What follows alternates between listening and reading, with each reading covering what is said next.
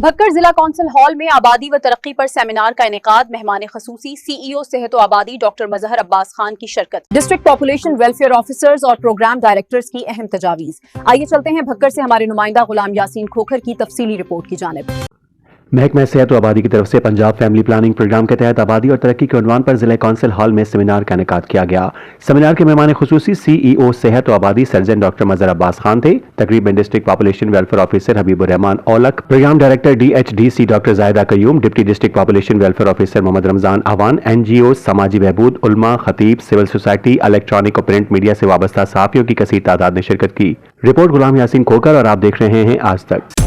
آج تک کی ویڈیوز دیکھنے کے لیے ہمارا چینل سبسکرائب کیجئے اور بیل آئیکن کو کلک کیجئے تاکہ آپ ہماری آنے والی ویڈیوز سے باخبر رہ سکیں۔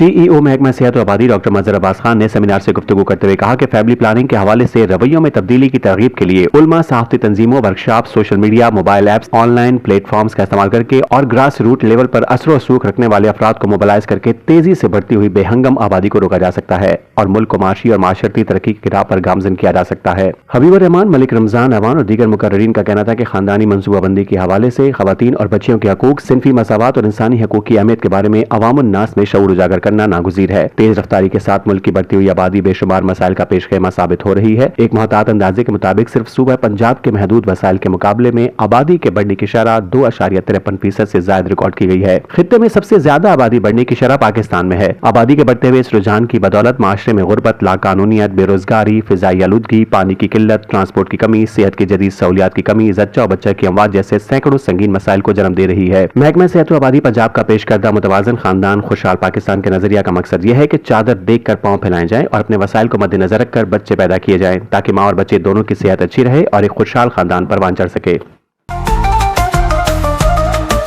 آج تک نیوز، خبر سچ کے ساتھ۔